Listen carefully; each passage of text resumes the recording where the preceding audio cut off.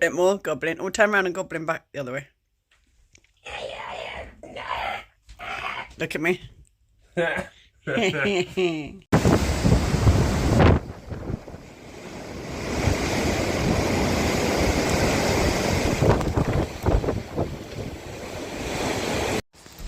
wet.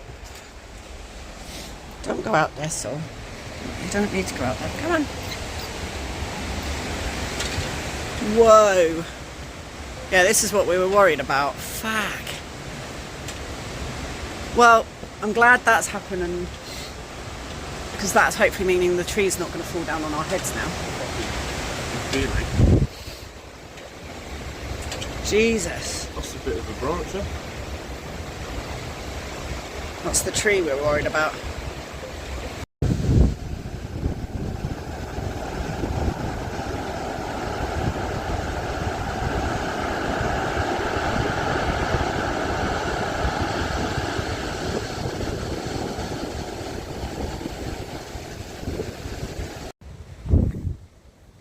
It's been a big old storm. The biggest since 1987, and a tree nearly fell on our house. It didn't though, we were okay, and we are now surrounded by a tree that needs chopping up and removing. Oh, there's a huge buzzard. Hello buzzard. I just came down to Port Milon to see if there was any chance of having a swim, but the sea is saying no. But I did get to see a beautiful rainbow over Herm, and I've seen there's two buzzards here that are flying above. Wow, beautiful. Putting all the pigeons into a tiz. And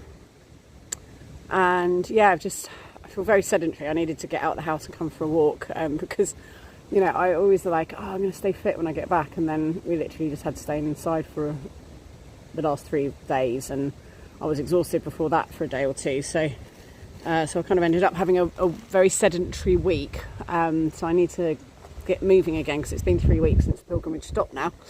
And so I need to keep my fitness levels up, and I need to stop eating wheat and dairy again, because I've got asthma again.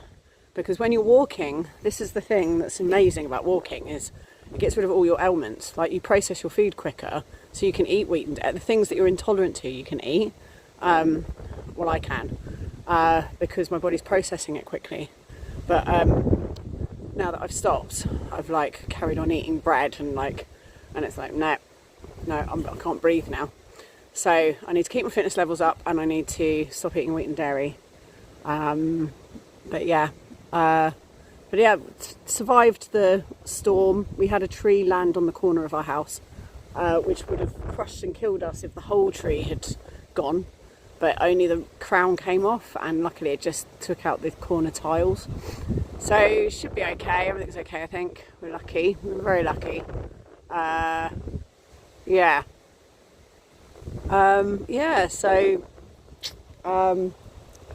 Hope you're all okay wherever you are. I feel like this is, warning from the world, and the kind of what's to be expected now. Our weather's definitely noticeably crazy. Just have to see what happens, don't we? The joys of being on a planet where the people who are in charge are fucking pricks. Yay! I just want to say how much I love living on Sark. It's so beautiful. I'd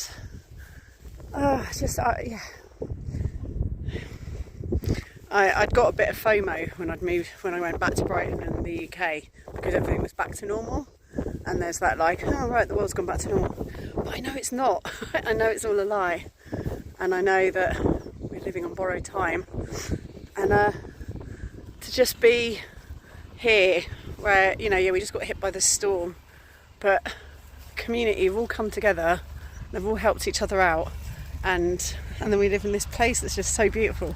I just feel so lucky.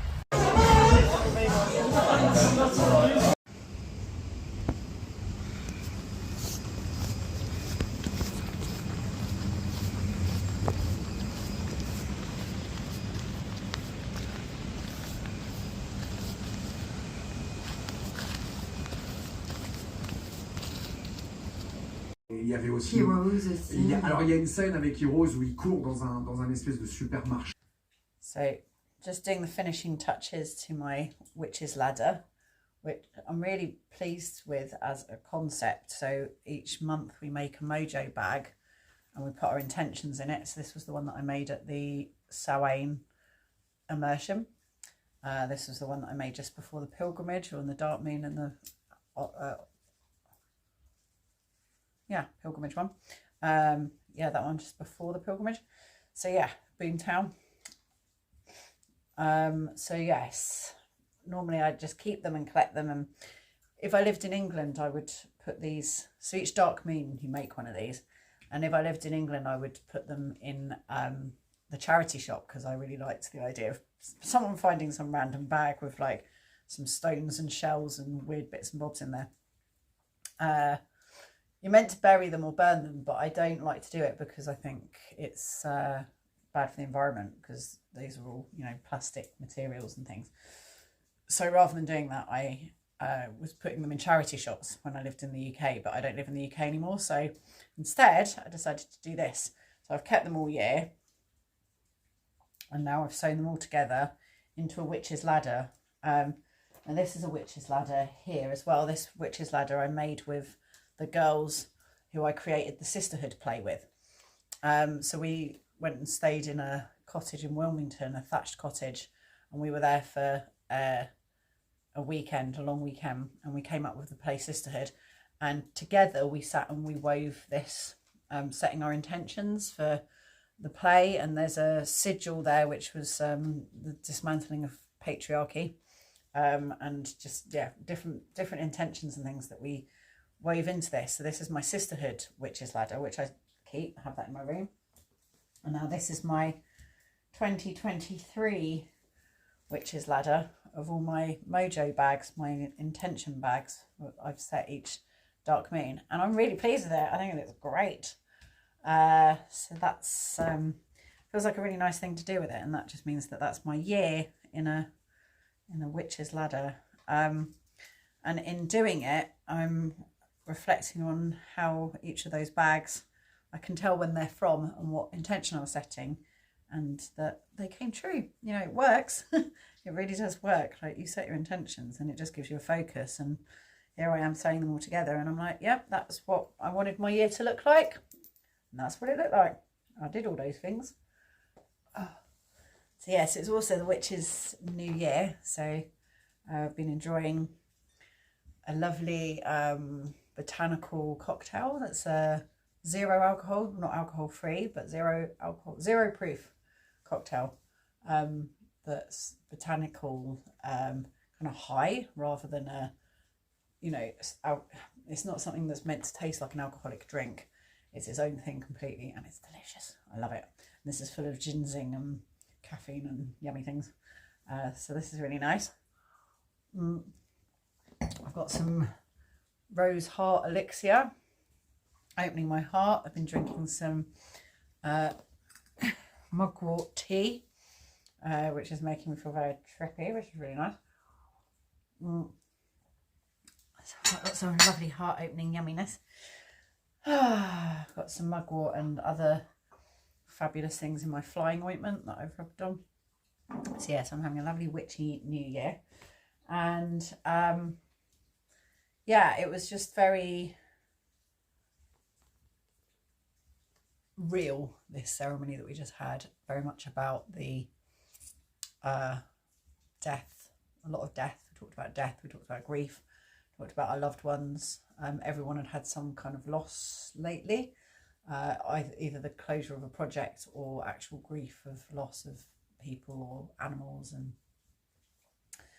yeah, so, and then obviously war and everything that's going on in the world. So it's everything's very real, isn't it, at the moment? So we talked about creating a better world and a better future and a better life via not thinking about it, but trusting, by opening our hearts and by being embodied and just trusting the unknown. How can we learn to trust the unknown? And that's what Scorpio season is all about. teaching us. It's how to learn to be relaxed about the unknown, so that our nervous systems can be regulated, we can be flexible and fluid and bending, so that whatever happens we can work with it. But also talking about the manhole cover that's there, that at any time you can lift this manhole cover and put a cup in and pull out emotion that's as fresh as the day that it happened. So grief or love or anything that, like, you're over it, you've done the work, you've processed it, you've cleared it, you've done blah blah blah blah blah, but still, you know, and this is how theatre works. The reason why you can do the same play every night for 5 years, 10 years, whatever, and still make it fresh every night is that it's possible for you to lift this manhole cover and scoop these fresh emotions up anytime you want, which is extraordinary, because that exists outside of physics, because it exists outside of time. So no matter how much work I've done on things that I've, you know, hurt me in my past, or have, you know, trauma or whatever, I might have done the work on it, but I can still, if I'm doing a play, reach in and use that emotion, and it will be as fresh as the day that it happened. And that's extraordinary. And it's that kind of world, and it's that kind of stuff, and it's that. So that's like a paint. If you are saying that, if you imagine that for us to create a new world, it's not about us thinking about it, because that's the bit that got us into this mess in the first place. So it's not like, well, what we need to do is a new theory about, like, oh, we need to do some new system that's not capitalism or kind of, you know, no. The thinking got us into this mess, and if you want to try and think a way out of it, you're going to be like, oh, I don't know what to do, because this has been created by the thinking. The thinking did as good a job as it could, but it missed the trick by discrediting and chopping off this whole inner world, which is the stuff under that manhole cover. And so what we want to do now is lift this cover off and somehow stick a fire hose in there, and then spray the outer world with all this emotion and dreaming and imagination and colour and spirituality, profundity, depth, sacredness, spirit, connection, love, the natural world, and just chuck it all over the outer world. How? Let's just do it. You can't think about it. You have to just start doing it. That's it. It looks a bit like this. Yeah. So just gonna keep on that path and keep chucking shit out of my drain. So happy dark moon, happy Samhain, happy Witches New Year, and yeah. Happy Scorpio new moon.